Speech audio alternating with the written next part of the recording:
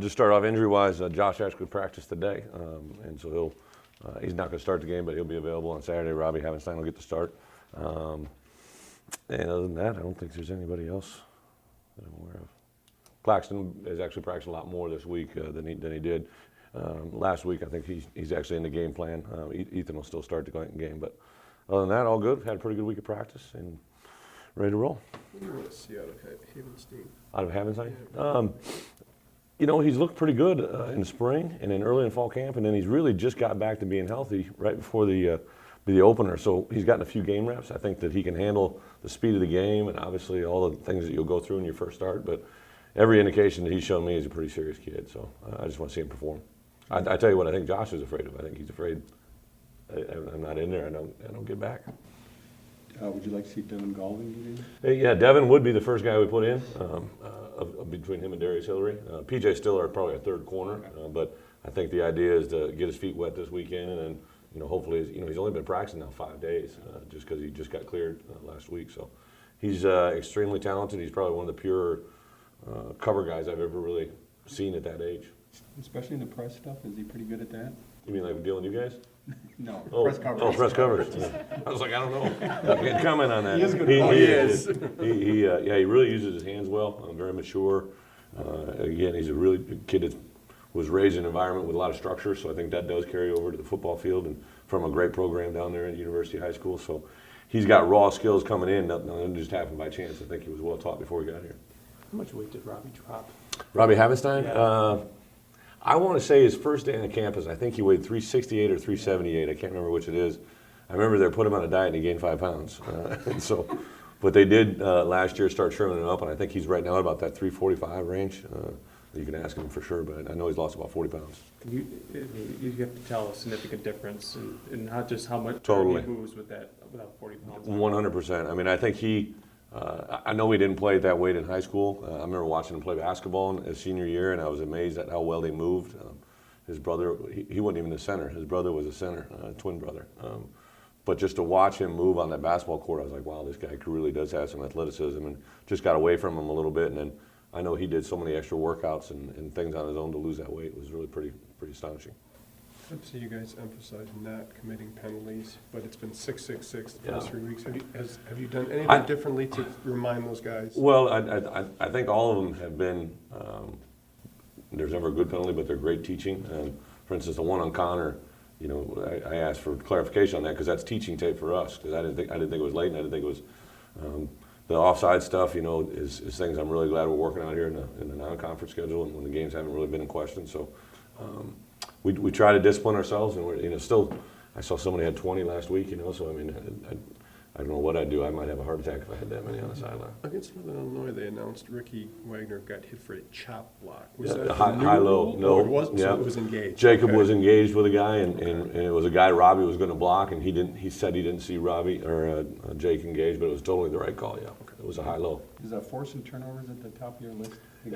Again, I've coached defensive football this whole time. I think it was last year or the year before. It was kind of almost the same deal. It was like all of a sudden one game we had like 5 or 6. So we have all the same turnover circuits and all the same drills we've used in years past. To give somebody else credit, our offense hasn't given them to us either. I think we've dropped 2 picked opportunities. So you'd love to see those capitalized.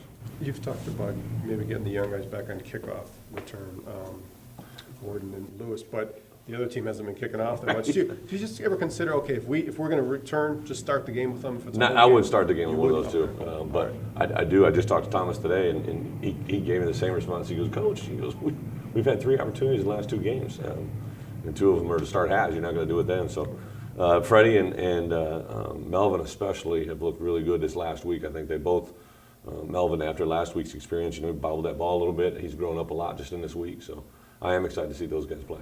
Is there an adjustment going at a 3-4 defense? You don't see quite as much anymore. We don't. They're very unique. I mean, they got a unique package, so it's been good prep for us all week. I know our guys have been locked in. This has probably been, in my opinion, probably one of our better weeks of practice, Tuesday and Wednesday for sure. So it is going to be fun. It's a challenge. This look is actually a look that Ohio State at times gives you, and Penn State, so it's good carryover. In South Dakota's offense, a lot of formations, and do they just... They do everything. Yeah, they do everything. Usually you can say this is a pro team or a spread team, or they do pro, they do spread, they do split back veer, they do pistol. So they really do a lot of different things. Right, going back to Devin Golden, did you hear something during the summer conditioning that would indicate he'd be ready to play? I mean, he was only practiced 5 Well, days or he whatever. from when we first started, Devin's a very unique story. He wanted to commit here. I wouldn't take his commitment because he'd never been on campus. So the very intelligent head coach I was, he committed to Auburn 2 weeks later. He was committed to Auburn, then fell out of love with them, committed to Wake Forest, decommitted to Wake Forest, and committed to us. And one thing I think was on every one of those, he wanted to play, and he thought this would be his best opportunity to play here at Wisconsin early. So I know it's been on his mind, and he wanted to say that. And then when the whole thing came up with the stress fracture, I said, "Hey, buddy, they said they're going to be back maybe the 3rd week. Would you still be?" He said, "Absolutely, Coach. I came here to play." So I think his approach has always been to play, and maybe which guided us that way to play. Because I have kind of, even before Devin Smith, I thought one corner would probably play out of that group, out of the freshmen. Have you ever turned down a commitment before? I have his.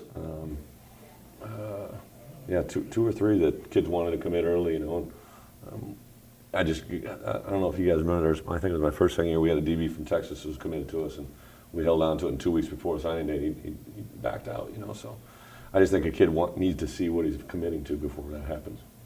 Did you get clarification on, you mentioned the Connor O'Neill penalty and then Antonio in the first week, that pass interference? Yeah. Did you like what they told you? Yeah, I did. No, neither one of those were Big Ten crews, Right. So those first couple of weeks, I'm just trying to get educated too. And actually, I've had some conversations with Bill because,